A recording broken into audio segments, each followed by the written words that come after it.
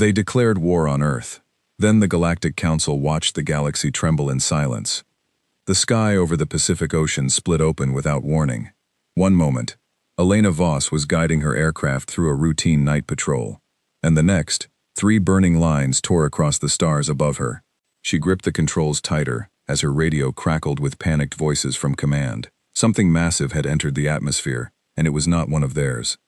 Elena banked hard to the left, trying to get a visual on the object, but her instruments flickered and died for 3 full seconds.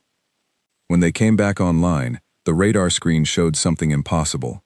A fleet, vast and silent, had appeared at the edge of the solar system hours earlier, and now the first of its ships had arrived above Earth. Within minutes, 3 orbital defense stations, humanity's pride, and its first line of protection, went dark. There was no explosion visible from the ground, no streak of fire in the sky. They simply stopped transmitting. Engineers at Mission Control watched their screens go blank, one after another, and no one could explain how it had happened so fast. Elena's commanding officer ordered her back to base immediately, but as she turned her aircraft toward land, she caught sight of something in the clouds below her. A shape, sleek and dark, moved without sound, without exhaust, without any of the familiar signs of an engine. It was watching her, she was certain of it, and then it was gone, vanishing into the night, as if it had never been there at all. By the time Elena landed, the world had already begun to change. Every screen in every country showed the same emergency broadcast. Leaders stood before cameras, their faces pale, trying to explain something they did not understand themselves. Reports flooded in from every continent. Unknown vessels, hundreds of them, positioned above major cities. No missiles had been fired. No troops had landed. Yet the world held its breath, waiting for a strike that everyone knew was coming. In a bunker beneath Geneva, a small group of generals, scientists and translators gathered around a single table. Among them was Marcus Cole, a young linguist who had spent his career studying dead languages and forgotten alphabets. He never imagined his skills would be needed for something like this, but when a transmission arrived from the fleet above, garbled and strange, it was Marcus who was asked to help decode it. The message took hours to clean up. When it finally played through the bunker's speakers, the room fell silent. The voice that spoke was calm, almost gentle, yet it carried a weight that made every person in the room feel small. It spoke in perfect English, though the rhythm of the words felt slightly wrong, as if translated by something that did not fully understand human speech. The voice declared, simply, that Earth was now in a state of war. It did not explain why. It did not issue demands. It ended with a single sentence that would echo through every command center on the planet for the rest of that day. It said that the fate of Earth had already been decided, and that a power far greater than the fleet above was watching to see what would happen next. Daniel Hart, a senior general who had spent 30 years preparing for conflicts between nations, found himself standing in front of a threat he had no plan for. He turned to the room and asked the only question that mattered. Who was this greater power, and why would they simply watch a war unfold instead of stopping it? No one had an answer. Not yet. Outside the bunker, the first signs of the invasion began to spread across cities on every continent. Communication towers failed without cause. Satellites tumbled out of their orbits. Power grids flickered and stuttered, as if some invisible hand were testing the limits of what humanity could endure before the true fighting even began. People filled the streets, uncertain whether to run, hide, or simply look up at the sky in disbelief.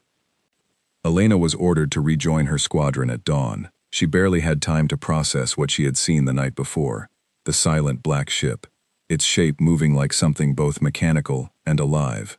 She tried to push the memory aside as she boarded her aircraft, focusing instead on the mission ahead. Her squadron was to fly toward the coordinates of the largest alien vessel and gather visual data, nothing more. No engagement, only observation. The flight was tense from the very first minute. The sky, once open and familiar, now felt like foreign territory. As Elena and her squadron approached the coordinates, the alien vessel came into view, and every pilot fell silent over the radio. It was larger than any structure Elena had ever seen, stretching across the horizon like a second moon pulled too close to Earth. Its surface shimmered faintly, shifting colors that made it difficult to look at directly. Without warning, Thin beams of light shot from the vessel, striking 2 aircraft in Elena's squadron. There was no fire, no smoke, only a flash of light, and then silence where the aircraft had been moments before. Elena's heart pounded as she pulled her aircraft into a sharp dive, trying to escape the same fate. Her radio filled with panicked voices. Orders shouted over one another, until finally the command to retreat came through. She flew low over the ocean, her hands trembling on the controls, adrenaline burning through her body. She had lost 2 of her closest friends in less than a minute, and she had not even seen an enemy she could fight back against. There was no visible weapon, no clear source of the attack, just light, and then nothing. Back on the ground, news of the failed reconnaissance mission spread quickly. Fear turned to anger in some, and to despair in others. World leaders scrambled to form an emergency alliance, setting aside decades of rivalry and mistrust in the face of a threat that did not care about borders or old conflicts. For the first time in generations, nations began to share their military resources, their scientists, their intelligence, all in the desperate hope that unity might offer some chance of survival. Marcus Cole was pulled deeper into the effort to understand the invaders. Working alongside a scientist named Grace Whitmore, he pored over the intercepted transmissions, searching for patterns, for any clue about who these beings were and what they wanted. Grace, an expert in signal analysis, noticed something strange buried within the transmissions. The messages were not just communications between ships. They contained fragments of a much older language, one that did not match anything human records had ever encountered. As the day wore on, the reports grew darker.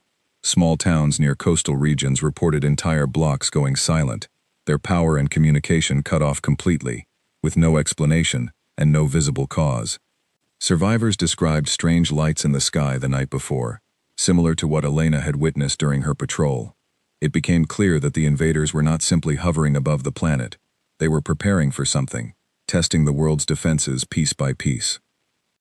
Elena returned to base exhausted and shaken, her uniform still damp with sweat from the mission. She found herself standing before Daniel Hart, who studied her with a mixture of sympathy and urgency. He did not have time to comfort her the way he wanted to.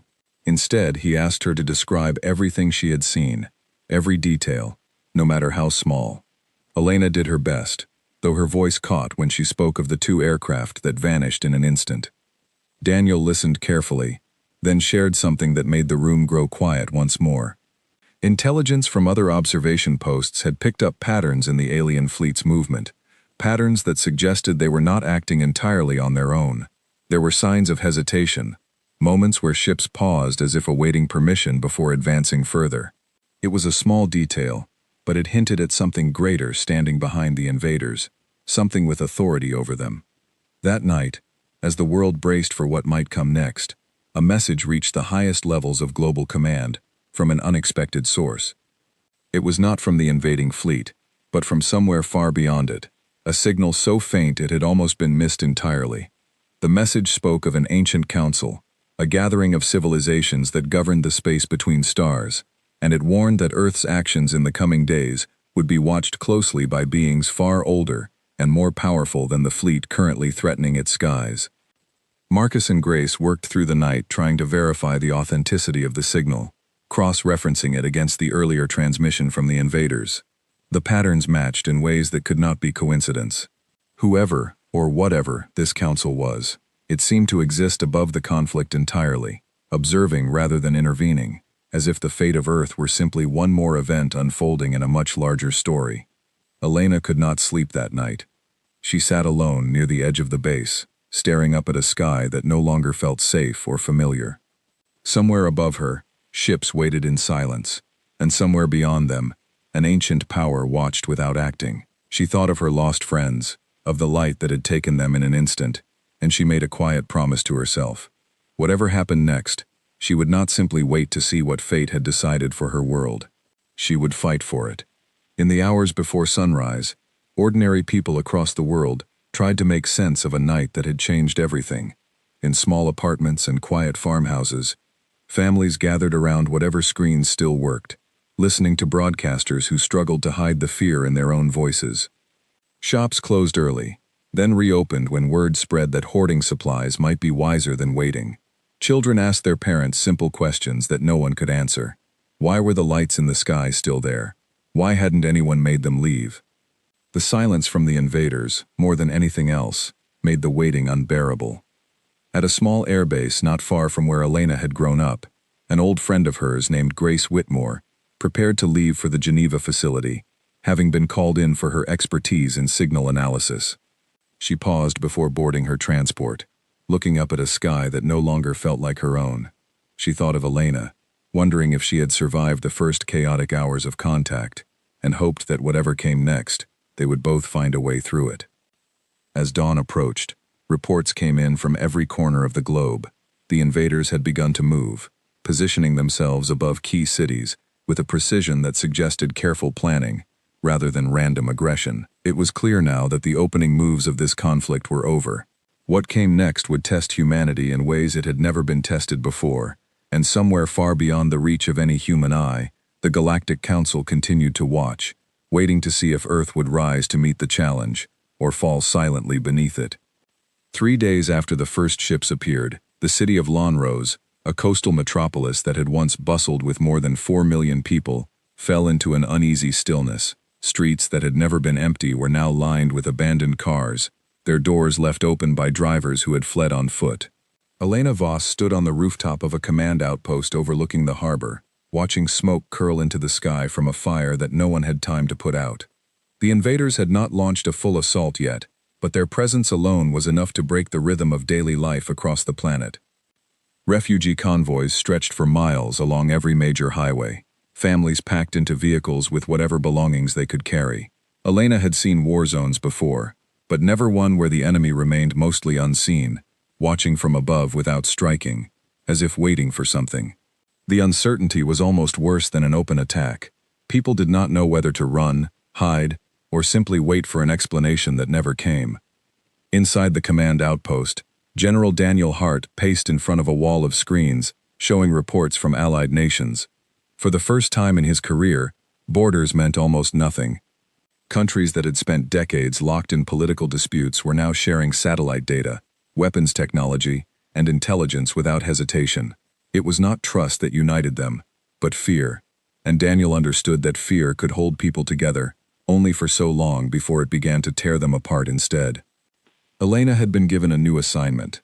Rather than flying reconnaissance missions alone, she now led a small squadron made up of pilots from different countries, each of them still learning to work together, despite years of rivalry.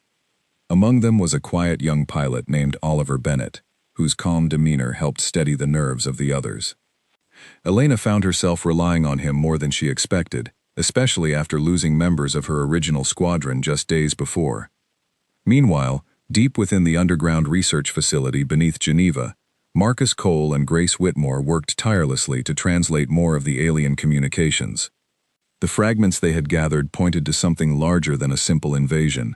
Grace discovered that certain phrases within the transmissions did not refer to Earth as a target, but as a location under dispute. The wording suggested conflict not just between humanity and the invaders, but between the invaders and some other force entirely. Marcus brought this discovery to Daniel personally, hoping it might change the direction of their defense strategy. Daniel listened carefully, though his expression remained hard to read. If Earth truly was caught in the middle of some larger conflict between other civilizations, then humanity's fate might not rest entirely in its own hands. That thought unsettled him more than any weapon the invaders could bring to bear. That evening, a breakthrough came from an unexpected direction. A research team stationed in the mountains had managed to capture a small alien scout craft that crash-landed after a skirmish with local defense forces. The vessel was mostly intact, and though its systems had been damaged, it offered the first real opportunity to study alien technology up close. Daniel wasted no time organizing a team to investigate the wreckage, and he requested that Elena's squadron provide protection for the mission, given the sensitive nature of the discovery. The recovery site sat at the edge of a forest, where thick trees gave way to a wide clearing scarred by the crash.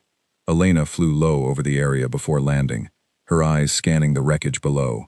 The scout craft looked nothing like the massive vessels that hovered above the cities. It was smaller, sleeker, built with curves that seemed to defy the usual rules of engineering. A team of scientists, led by Grace, moved carefully toward the wreckage, their equipment ready to begin documenting everything they found.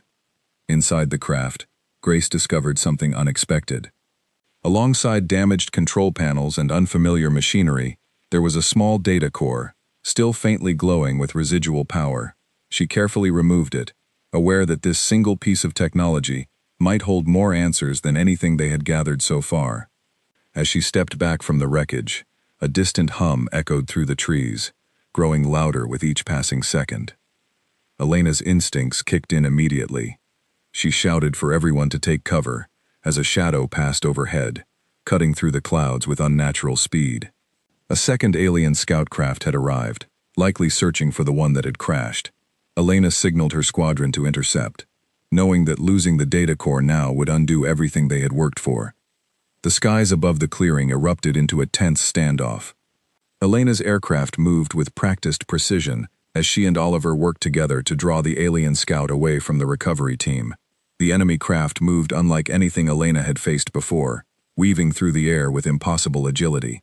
She gritted her teeth, focusing every bit of her training into outmaneuvering it, buying just enough time for the scientists below to secure their equipment and retreat to safety. After several tense minutes, the alien scout suddenly broke off its pursuit, ascending rapidly until it vanished into the clouds. Elena exhaled sharply, unsure whether they had actually won the encounter or simply been allowed to survive it. Either way, the recovery mission was a success. The data core was secured, and the research team returned to the underground facility with what could be the key to understanding the invaders once and for all. Back at the facility, Marcus and Grace worked through the night, analyzing the data core's contents. The information was vast, spanning what appeared to be centuries of recorded history, from a civilization far older than humanity had ever imagined. As they sifted through fragmented records, a pattern began to emerge. The invading fleet was not simply attacking Earth out of conquest or aggression. They were enforcing a decision made by a higher authority, one that held power over countless worlds across the galaxy. The records referred repeatedly to an entity known as the Galactic Council, a body that governed disputes between civilizations scattered across the stars. According to the data, Earth had been classified as a contested world, caught between two opposing factions who each believed humanity held value, tied to something the records vaguely described as origin potential. Neither Marcus nor Grace could determine exactly what that meant, but the implications were staggering. Earth was not simply a target, it was a prize. When this information reached Daniel and the rest of the command council, the room fell into stunned silence. For days, humanity had assumed it was fighting for its very existence against a single hostile force. Now it appeared that Earth's fate was being decided by forces far beyond anyone's control, with the invading fleet acting more as enforcers than conquerors in their own right. The question of who, or what, stood on the opposing side of this dispute remained unanswered, but it was clear that Earth's role in this conflict was far more complicated than anyone had first believed. News of this discovery spread cautiously among world leaders, though not everyone reacted the same way.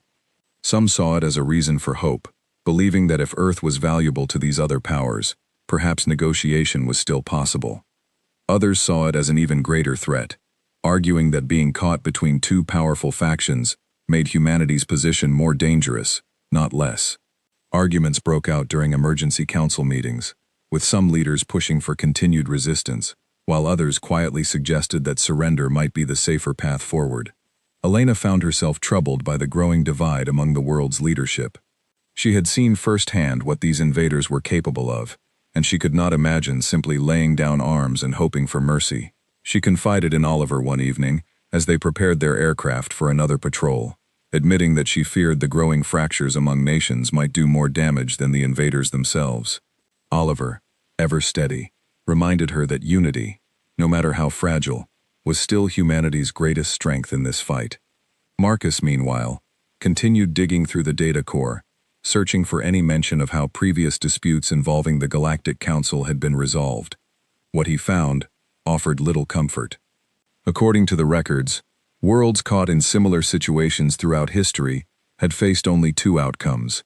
Either they proved themselves capable of defending their own sovereignty, earning a measure of respect and protection from the Council, or they were deemed unworthy and left to whatever fate their more powerful neighbors decided for them. This revelation placed an enormous weight on every decision humanity made moving forward. It was no longer simply about surviving the invasion. It was about proving, through action, that Earth deserved a place among the stars at all. Daniel understood this better than most, and he made the difficult decision to share this information with the wider public, believing that people deserved to know the true stakes of the battle they now faced. The broadcast that followed was unlike anything the world had seen before. Leaders from every major nation appeared together, explaining as clearly as they could what humanity now understood about the situation. Fear rippled across the globe, but so did something else, a quiet determination that began to take root in cities and towns everywhere. If Earth's fate depended on proving its own strength and unity, then people were determined to show that strength, not through blind aggression, but through resilience and cooperation. Volunteers began organizing relief efforts for displaced families. Scientists from rival nations worked side by side, sharing research that had once been closely guarded. Military forces coordinated joint defense strategies, setting aside old conflicts in favor of a united front. It was far from perfect, and tensions still flared in places. But for the first time since the invasion began, there was a sense that humanity was choosing to fight for itself, rather than simply reacting out of fear. Elena felt this shift most clearly during a joint training exercise held at her base. Pilots from a dozen different countries worked together, learning each other's tactics and adjusting their strategies to complement one another. It was slow, difficult work, filled with language barriers and old suspicions that did not disappear overnight. But little by little, something resembling trust began to form among them, forged by the shared understanding that their survival depended on each other. One afternoon, during a break in the exercises, a pilot from a distant coalition unit approached Elena with a question that had clearly been weighing on him for some time. He asked how she managed to keep leading her squadron after losing so many people so quickly. Elena considered the question carefully before answering. She admitted that she did not always feel steady, that grief still found her in quiet moments. But she had learned that leadership was not about pretending to feel nothing. It was about choosing, again and again, to show up for the people who depended on her, even when her own heart felt heavy. The pilot nodded slowly, and though neither of them spoke of it again, something had shifted between them, a small thread of understanding, woven into the larger fabric of trust the coalition was slowly building. Grace, too, noticed the change taking shape around the underground facility. Engineers who had once worked in isolated teams now shared workspaces freely, exchanging notes and comparing findings, without the territorial caution that had defined the early days of the crisis. She found herself grateful for small moments of connection amid the exhausting pace of research, a shared joke over cooling cups of coffee, a quiet nod of encouragement after a long night spent staring at data that refused to make sense. These small kindnesses, she realized, were just as important to humanity's survival as any weapon or strategy being developed within the facility's walls. As night fell over the base once more, Elena stood beside Oliver, watching the last patrol return safely from the sky. The invaders remained above them, silent and watchful, their intentions still uncertain. Yet for the first time since the war began, Elena felt something other than fear settle over her. It was a fragile hope, born not from any promise of safety, but from the knowledge that humanity had chosen, together, to stand and fight for its place, in a galaxy far larger and more complicated than anyone had ever imagined. In a quiet neighborhood far from any command center, a school teacher named Claire Sutton organized shelter for dozens of displaced families who had arrived in her town with little more than the clothes they wore. She had never imagined herself coordinating supply lines or settling disputes over blankets and food, yet she found a strange purpose in the work, a reminder that resilience did not only belong to soldiers and pilots. The word of her efforts spread, and soon other towns began organizing similar shelters, following patterns that volunteers shared freely across borders that had once felt impossible to cross. Elena heard about these efforts during a brief visit to a supply depot near her base, and something about the story stayed with her long after she returned to the air. It was easy, in the chaos of missions and briefings, to forget that the war was not only being fought in the sky, it was being fought in kitchens turned into shelters, in classrooms turned into clinics, in every small act of courage performed by people who had never trained for combat but refused to give up on each other anyway. Far above the planet, within the flagship of the invading fleet, subtle changes began to occur. Patrol patterns shifted, communication delays grew longer, and somewhere beyond even their reach, the Galactic Council continued its silent observation, recording every decision Earth made, waiting to see whether this fragile unity would be enough to withstand the trials still to come. A week into the invasion, the underground facility beneath Geneva had transformed into the beating heart of humanity's resistance. Rows of monitors lined the walls, each one displaying data streams from bases scattered across the globe. Marcus Cole rarely left the building anymore, surviving on little sleep as he and Grace Whitmore continued to comb through the alien data core for any advantage that might tip the balance in humanity's favor. It was during one of these long nights that Grace made a discovery that changed everything. Buried deep within the data core's records was a reference to a formal law, ancient even by the standards of the Galactic Council, known as the Sovereignty Clause. According to the fragmented translation, this law forbade any civilization from directly interfering in the affairs of another world, unless that world's own people demonstrated they were incapable of defending themselves. It explained, at last, why the Council chose to watch rather than act. They were bound by their own rules, waiting to see if humanity would prove itself worthy of protection, or collapse under the weight of its own conflict. Grace brought the discovery to Daniel Hart immediately, though the information offered as much frustration as hope. If the Council was truly bound by this law, then no amount of pleading or diplomacy would bring outside help. Earth's survival depended entirely on its own actions. Daniel called for an emergency meeting with representatives from every allied nation, determined to use this new understanding to shape their strategy moving forward. Elena Voss attended the meeting as a representative for the growing coalition of pilots now serving under unified command. She listened carefully as Daniel explained the Sovereignty Clause, watching the reactions of world leaders around the table. Some seemed encouraged, believing this meant humanity still had a chance to shape its own destiny. Others grew even more anxious, aware that failure now carried consequences far greater than simple defeat. During the meeting, a representative from a smaller nation, a former diplomat named Henry Blackwood, raised a question that silenced the room for a long moment. He asked whether the Sovereignty Clause applied to humanity as a single people, or whether it judged each nation separately. If the latter were true, he warned, then the fractures still present among world governments could prove just as dangerous as the invaders themselves. Daniel admitted he did not know the answer, but promised that Marcus and Grace would continue searching the data core for clarification. Henry's question lingered in the minds of everyone present. In the days that followed, coalition leaders debated how best to present a unified front, not only in military strategy, but in the language used to describe their resistance to the wider world. Some argued for a single global command structure, while others feared that consolidating power too quickly might create new resentments among nations still recovering from decades of rivalry. Daniel worked tirelessly to broker compromises, understanding that unity built too hastily could crumble just as easily as one built too slowly. After the meeting, Elena found herself walking alongside Oliver Bennett through the quiet corridors of the facility. Neither spoke for a while, the weight of what they had just learned settling heavily between them. Finally, Oliver broke the silence, admitting that part of him found comfort in knowing the rules of this conflict, even if those rules demanded everything from them. Elena agreed, though she couldn't shake the feeling that time was running out faster than anyone realized. That feeling proved accurate almost immediately. Reports began flooding in from coastal cities where the invaders had shifted from passive observation to active occupation. Ground forces, small in number but devastatingly efficient, descended from smaller support craft, securing key locations such as power stations, communication hubs, and water treatment facilities. They did not attack civilians directly, but their presence alone spread panic through cities already stretched thin by fear and uncertainty. Daniel ordered immediate countermeasures, deploying specialized units to monitor and, where possible, disrupt the invaders' efforts to secure these locations.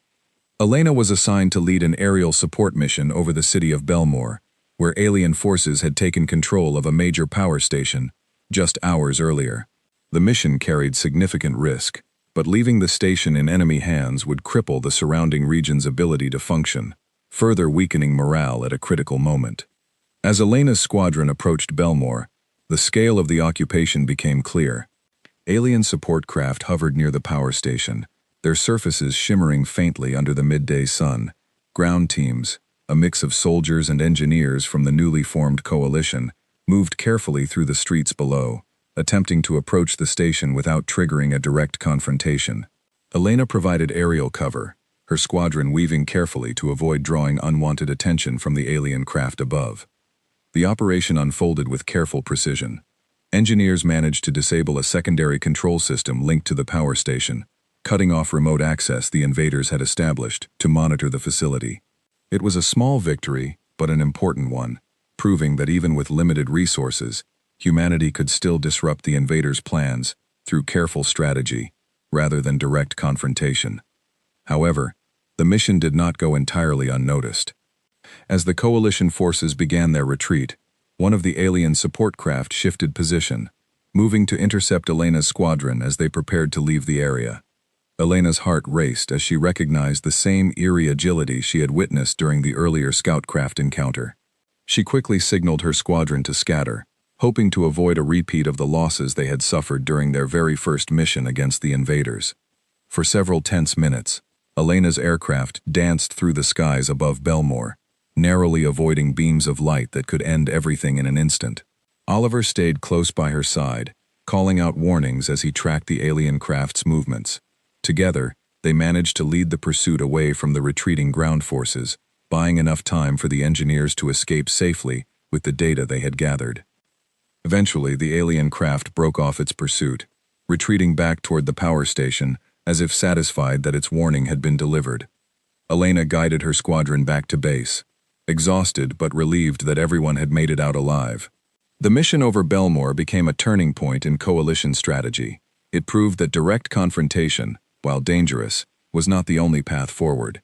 Careful, coordinated action could still make a difference, even against a force as advanced as the one now occupying parts of the planet. News of the successful operation spread quickly among coalition forces, offering a much-needed boost to morale after weeks of uncertainty and loss. In towns near Belmore, residents who had feared the worst learned that their power station remained under human control, even if only barely. Local volunteers organized celebrations that were modest by any ordinary measure, a shared meal here, a quiet toast there, yet meaningful in a world where good news had become rare enough to treasure. Elena used the brief lull following the mission to check in on pilots who had grown quiet since losing friends earlier in the war. She found a young flyer named Nathan Cross sitting alone near the hangar, staring at his hands as though searching for answers written somewhere upon them. She sat beside him without speaking at first, remembering her own need for silence after the loss of her original squadron. Eventually, Nathan admitted his fear that no matter how many small victories they achieved, the invaders' true strength remained hidden, waiting to reveal itself when least expected. Elena did not offer empty comfort. Instead, she told him that fear was reasonable, and that courage simply meant continuing forward despite it. Nathan seemed to find some steadiness in her honesty, and the two returned to their duties with a quiet understanding that had not existed between them before. Back at the underground facility, Grace continued her research into the deeper meaning behind the sovereignty clause. She discovered that the law required more than simple survival. It demanded proof of coordinated defense, evidence that humanity as a whole was capable of organizing itself against a common threat. This meant isolated victories, however impressive, would not be enough. The Council needed to see unified, deliberate action on a scale large enough to demonstrate true sovereignty. This realization placed enormous pressure on the coalition leadership. Daniel understood that scattered defensive efforts, however successful, would not satisfy the ancient law standing between humanity and any hope of protection. What was needed now was a decisive, coordinated strike, one that proved beyond doubt that Earth could defend itself as a unified civilization, rather than a collection of separate nations reacting independently to crisis. Planning for such an operation began almost immediately. Every allied nation was asked to contribute resources, personnel, and strategic input, creating what would become the largest coordinated military effort in human history. Elena found herself training alongside pilots, soldiers, and engineers from dozens of different countries, each of them working tirelessly to prepare for an operation that would need to succeed on the first attempt, given the stakes involved. The scale of the planning effort was staggering. Maps once used to track territorial disputes between rival nations were repurposed to coordinate joint strike zones. Communication protocols, once closely guarded military secrets, were shared openly among coalition partners, translated into a dozen languages, so that no unit would hesitate during a critical moment, due to a simple misunderstanding. Engineers worked around the clock building specialized charges based on the technology recovered from the crashed scout craft weeks earlier, testing prototype after prototype until they found a design capable of disabling advanced systems without triggering a catastrophic chain reaction. Elena spent hours each day running simulations with her squadron, pushing them through every possible scenario she could imagine. She insisted on training for failure as much as success, drilling her pilots on emergency procedures, alternate escape routes, and contingency plans should the mission encounter complications no one had anticipated. Oliver often stayed late beside her, reviewing flight patterns long after the rest of the squadron had gone to rest, both of them driven by the same quiet determination to leave nothing to chance. Marcus, meanwhile, worked to translate additional records from the data core, hoping to identify a specific target that would send the clearest possible message to both the invaders and the watching council above. His research eventually pointed toward a central relay station embedded within the invaders' flagship, responsible for coordinating communication between the fleet and its command structure further out in space. Disabling this relay would not only cripple the invaders' ability to coordinate their forces, but would also serve as undeniable proof of humanity's capability to strike directly at the heart of an advanced alien civilization. As preparations for the operation continued, tension within the coalition grew. Some leaders questioned whether such a direct strike might provoke a stronger response from the invaders, or worse, anger the council itself. Daniel argued passionately that inaction carried far greater risk. If humanity failed to demonstrate its ability to defend itself, the ancient law they now understood so well would offer no protection at all. Slowly, reluctantly, the coalition came to agree. The operation would proceed. Elena was chosen to lead the aerial assault team, given her experience and the trust she had built among pilots from different nations over the past several weeks.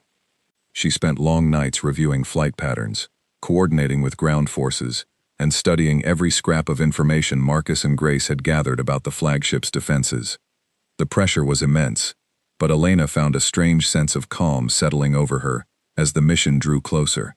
For the first time since the invasion began, she felt as though humanity was finally taking control of its own fate, rather than simply reacting to whatever the invaders decided to do next. On the night before the operation, Elena stood alone on the airfield, looking up at the sky one last time before the mission that would determine so much.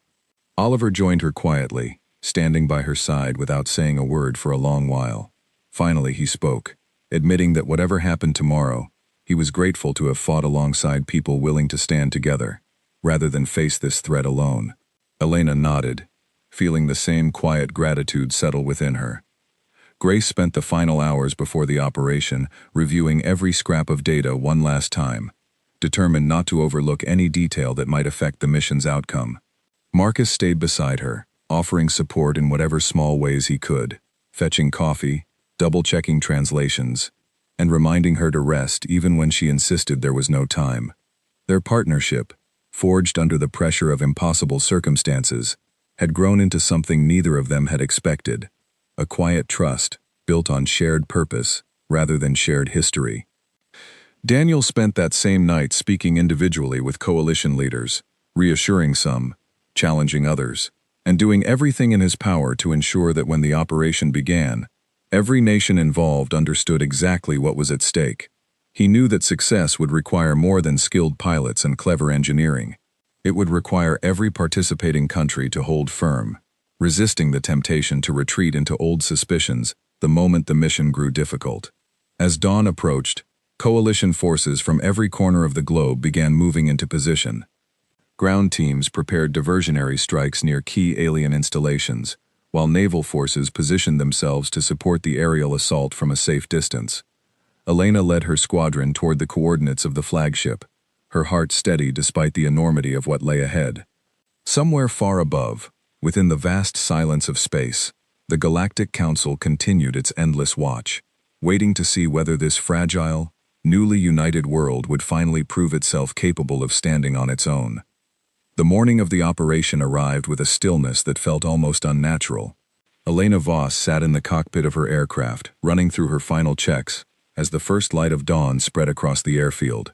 Around her, dozens of other pilots prepared for the same mission, their faces a mixture of determination and quiet fear. This was not simply another patrol or reconnaissance flight.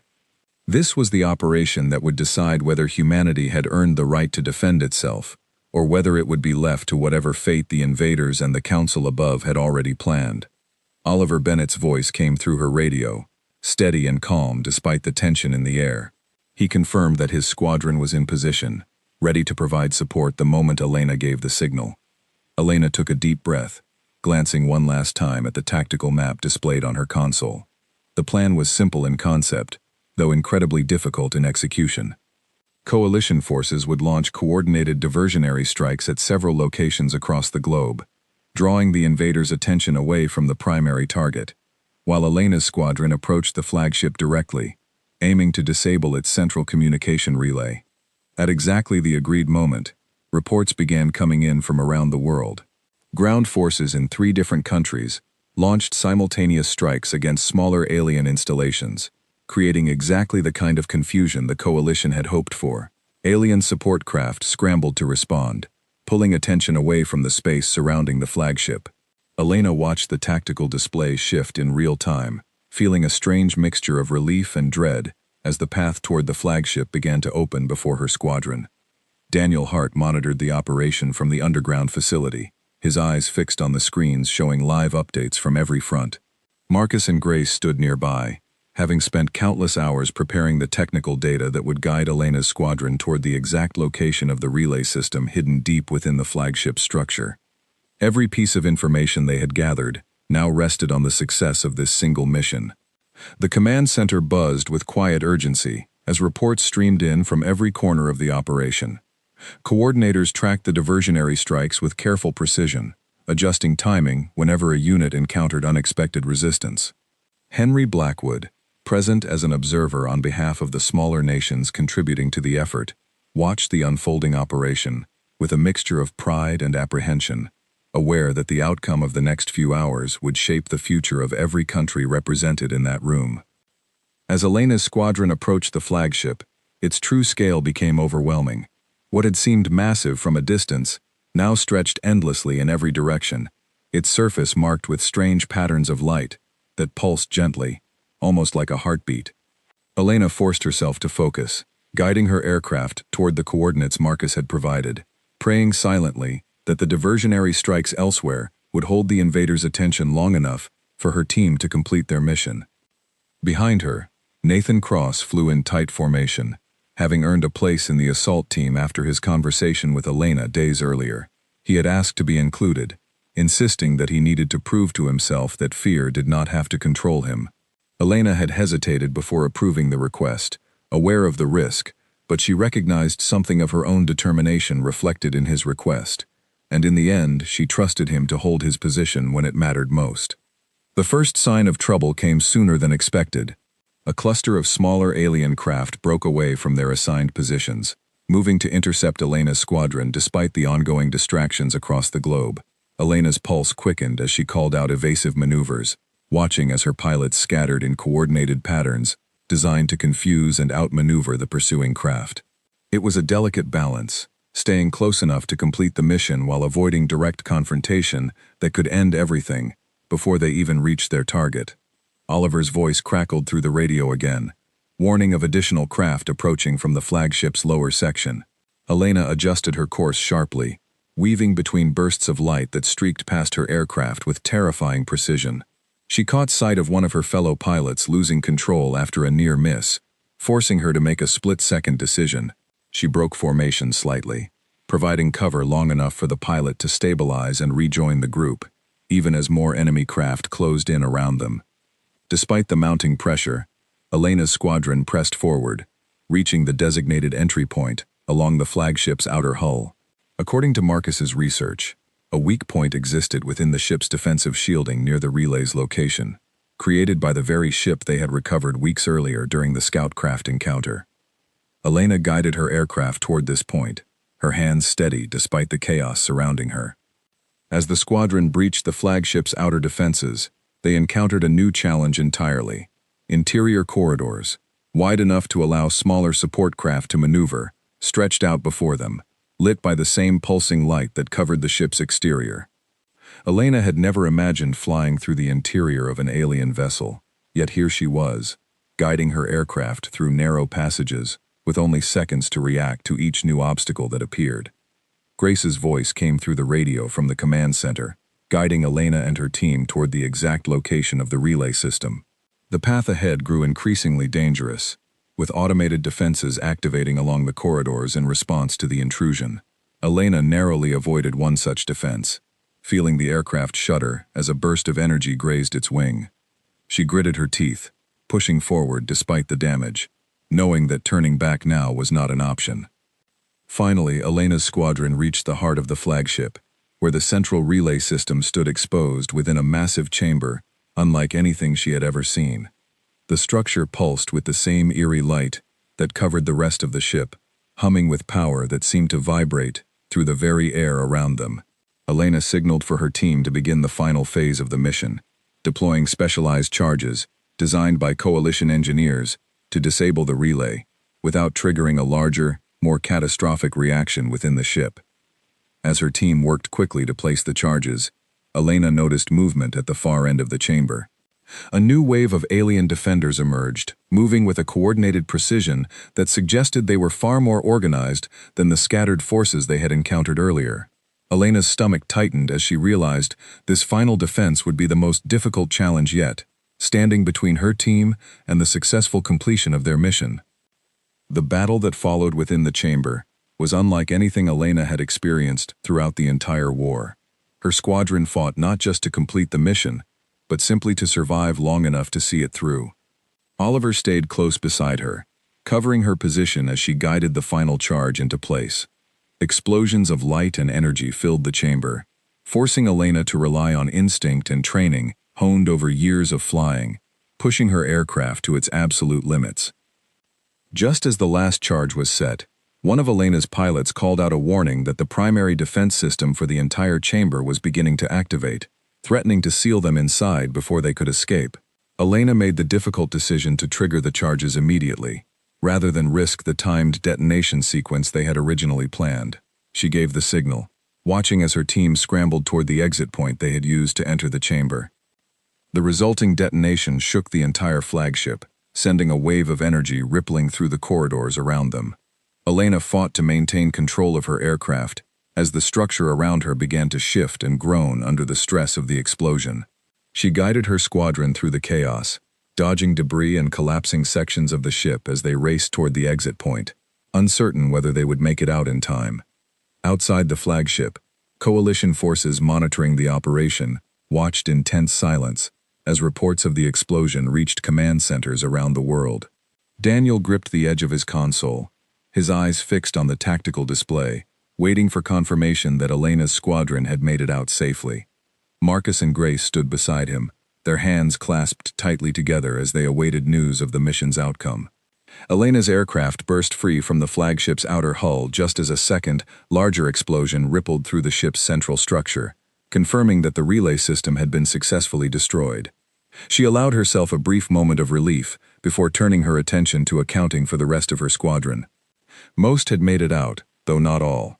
2 aircraft remained unaccounted for, lost somewhere within the chaos of the flagship's collapsing interior.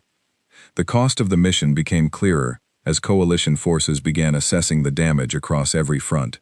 In addition to the pilots lost during the assault on the flagship, Earth's last remaining space station had been destroyed during one of the diversionary strikes, a casualty of the invaders' desperate attempt to respond to the coordinated attacks unfolding across the globe. It was a heavy price to pay, but as reports confirmed that the flagship's communication relay had indeed been disabled, cutting the invading fleet off from its home command structure, a cautious sense of hope began to spread among the coalition forces. Among the 2 aircraft unaccounted for was Nathan's. Elena searched the returning formation twice, refusing to accept the count until she had confirmed it herself.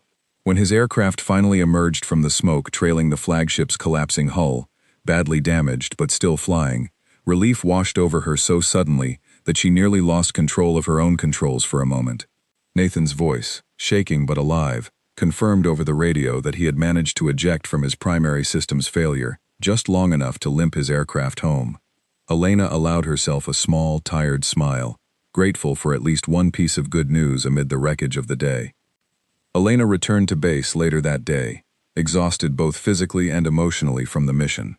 She found herself unable to fully celebrate the victory, knowing the price that had been paid to achieve it.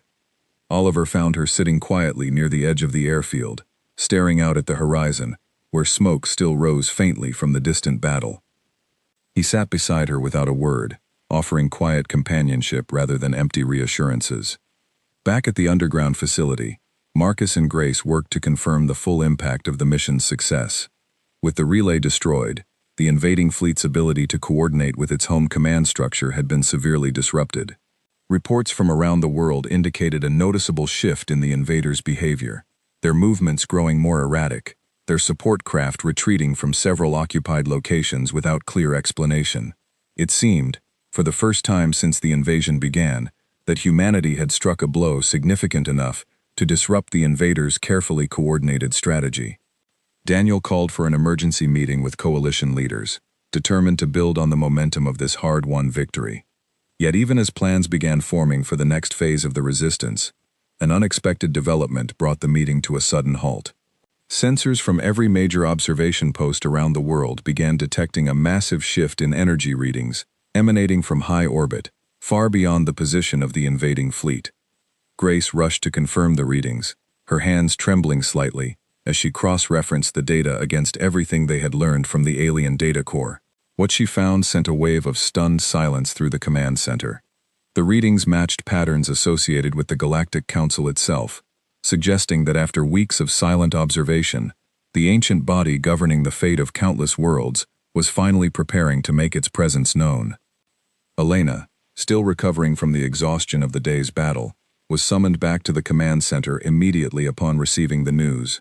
She arrived just as Daniel addressed the room, his voice steady, despite the uncertainty of what was about to unfold. Whatever judgment the council had reached, whatever verdict awaited humanity after weeks of struggle and sacrifice, it seemed the moment of reckoning had finally arrived. As the entire coalition braced for what would come next, the invading fleet above Earth began to shift its formation, almost as if responding to the same unseen signal detected by human sensors. Elena stood among the gathered leaders and scientists, her heart pounding with a mixture of hope and fear. After everything humanity had endured, after every sacrifice made along the way, the question that had haunted them since the very first night of the invasion was finally about to be answered.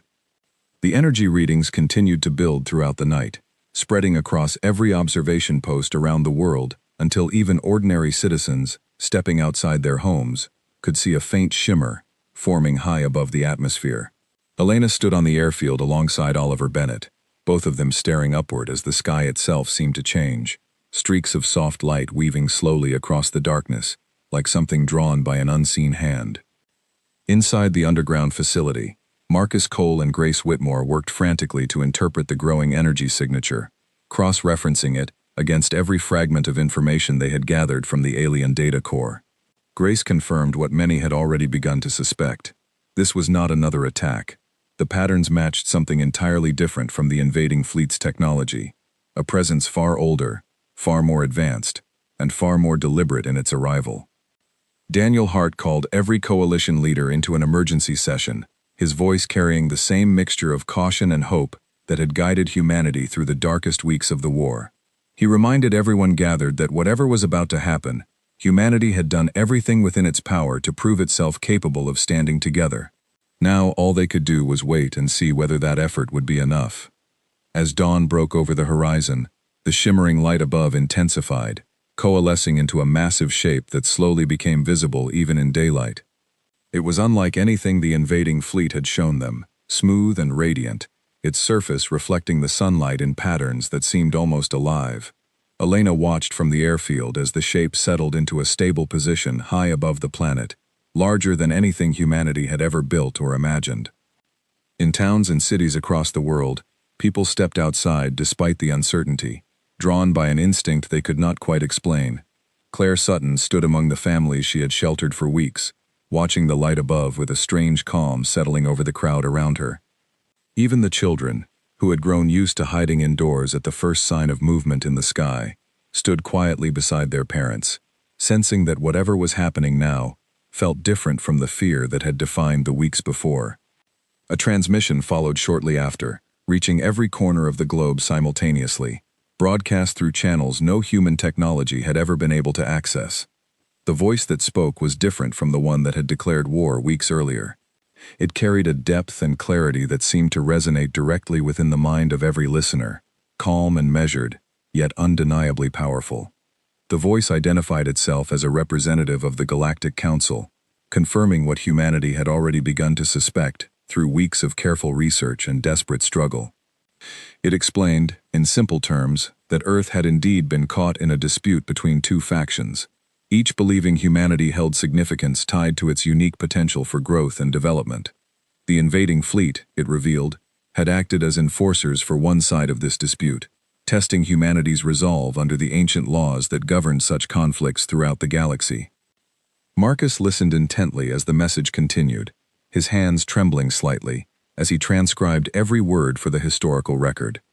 The Council's representative explained that the Sovereignty Clause required proof of a civilization's ability to defend itself through coordinated, deliberate action, rather than scattered resistance born purely out of desperation. Humanity's strike against the flagship's communication relay, achieved through careful planning and cooperation across dozens of nations, had provided exactly that proof. A wave of stunned silence spread through command centers around the world as the implications of this statement settled in. Daniel exchanged a glance with Elena, both of them hardly daring to hope that the message meant what they thought it did. The Council's voice continued, confirming that after careful observation, Earth's actions had satisfied the requirements of the ancient law. Humanity had demonstrated, through unity and sacrifice, that it was capable of shaping its own destiny. The invading fleet, still positioned above cities around the world, began to move in response to a new set of instructions, relayed from the Council above. Ships that had once hovered with quiet menace now shifted into formation, preparing for withdrawal. Elena watched from the airfield as the vessel that had once threatened her squadron during their very first mission slowly ascended, joining the rest of its fleet in a retreat that few had dared to believe possible just days earlier. Grace confirmed through continued analysis that the invaders' technology signatures were indeed retreating from Earth's atmosphere, moving steadily toward the edge of the solar system. Cheers erupted throughout the underground facility, a release of weeks of tension and fear finally breaking free. Yet even amid the celebration, Daniel remained cautious, aware that the Council's message had only just begun. The voice continued, offering a measure of clarity that Marcus had spent weeks hoping to uncover. It explained that the faction opposing humanity's recognition had argued Earth was too fractured, too consumed by internal conflict, to be trusted with the responsibilities that came with wider galactic contact. The strike against the flagship's relay, carried out through the cooperation of dozens of nations working as one, had directly countered that argument, providing evidence that outweighed even the most skeptical voices within the Council's own ranks. Marcus felt a swell of quiet pride, knowing that the sacrifices made over the past weeks had not been in vain, that they had spoken louder than any argument made in humanity's defense. The transmission continued, explaining that Earth would now be granted provisional recognition among the civilizations observed by the Council, a status that offered a degree of protection under galactic law, though not without conditions. Humanity would be expected to continue demonstrating its capacity for unity and responsible growth, as the true test of its place among the stars had, in many ways, only just begun. Elena felt a complicated mixture of relief and uncertainty settle over her as she processed the Council's words. The immediate threat had passed, but the future now stretched ahead in ways no one could fully predict. She thought of the friends she had lost during the war, the sacrifices made by countless others across the globe, and wondered whether this hard-won victory would be enough to guide humanity toward a better path moving forward. Henry Blackwood, the diplomat whose question had once silenced an entire room, was among the first to speak publicly after the council's message ended. He addressed his own nation with a steadiness that surprised even his closest colleagues, reminding citizens that the recognition earned that day belonged not to any single country, but to every person who had chosen cooperation over division during the hardest weeks anyone alive had ever faced. His words were echoed by leaders around the world, each careful to emphasize unity over individual triumph, aware that the fragile trust built during the crisis would need continued care to survive the peace that followed. In the days that followed, the world began the slow process of rebuilding. Cities that had been damaged during the brief but intense conflict started the long work of recovery, aided by the same spirit of cooperation that had emerged during the darkest days of the invasion. Nations that had once viewed each other with suspicion now found themselves bound together by shared experience, working side by side to repair what had been broken and to honor those who had not survived to see the war's end. Marcus and Grace continued their work at the underground facility, though their focus shifted from survival to understanding. With access to the remaining alien data core, they began the long process of studying the vast civilization that had briefly threatened Earth's existence, hoping to build a foundation of knowledge that might guide humanity's future interactions with the wider galaxy.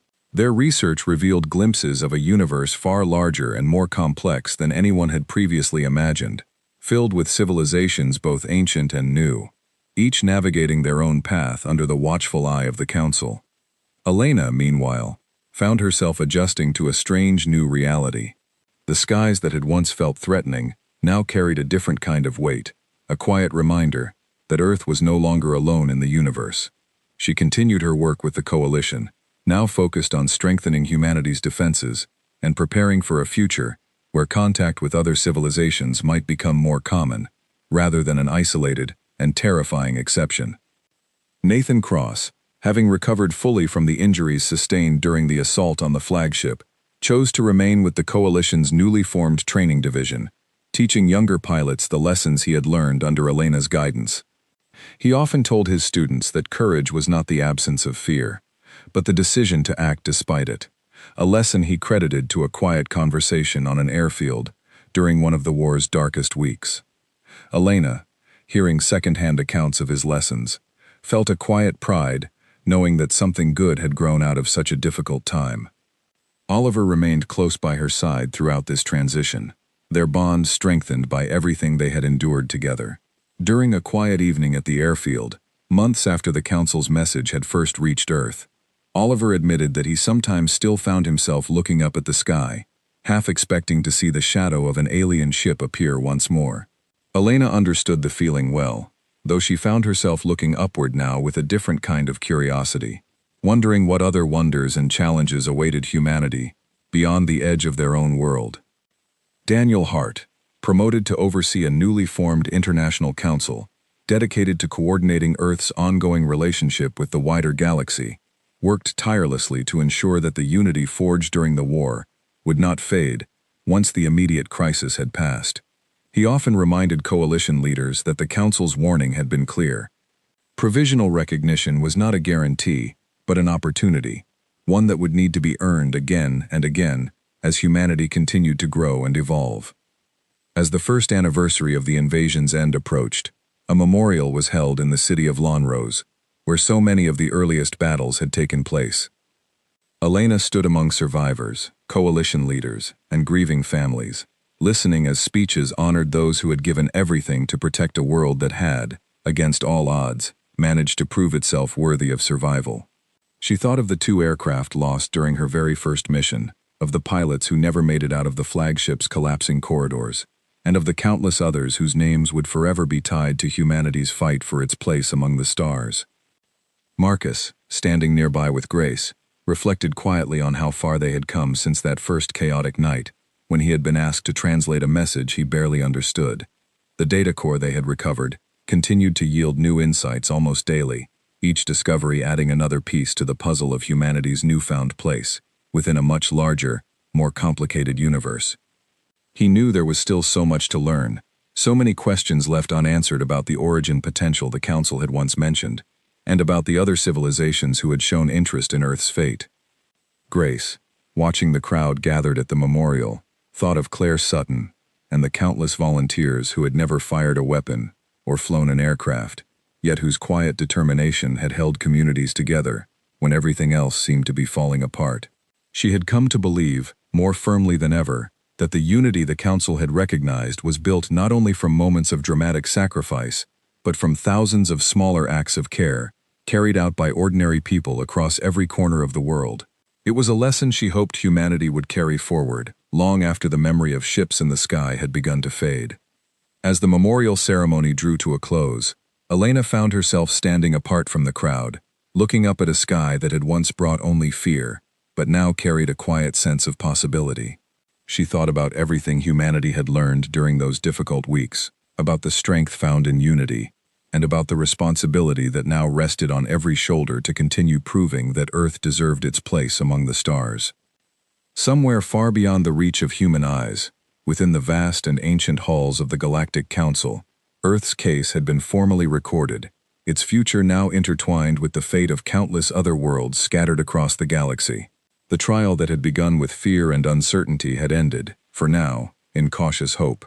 Yet everyone who had lived through those harrowing weeks understood one simple truth: the war for survival had ended, but the far greater journey of earning a lasting place among the stars had only just begun.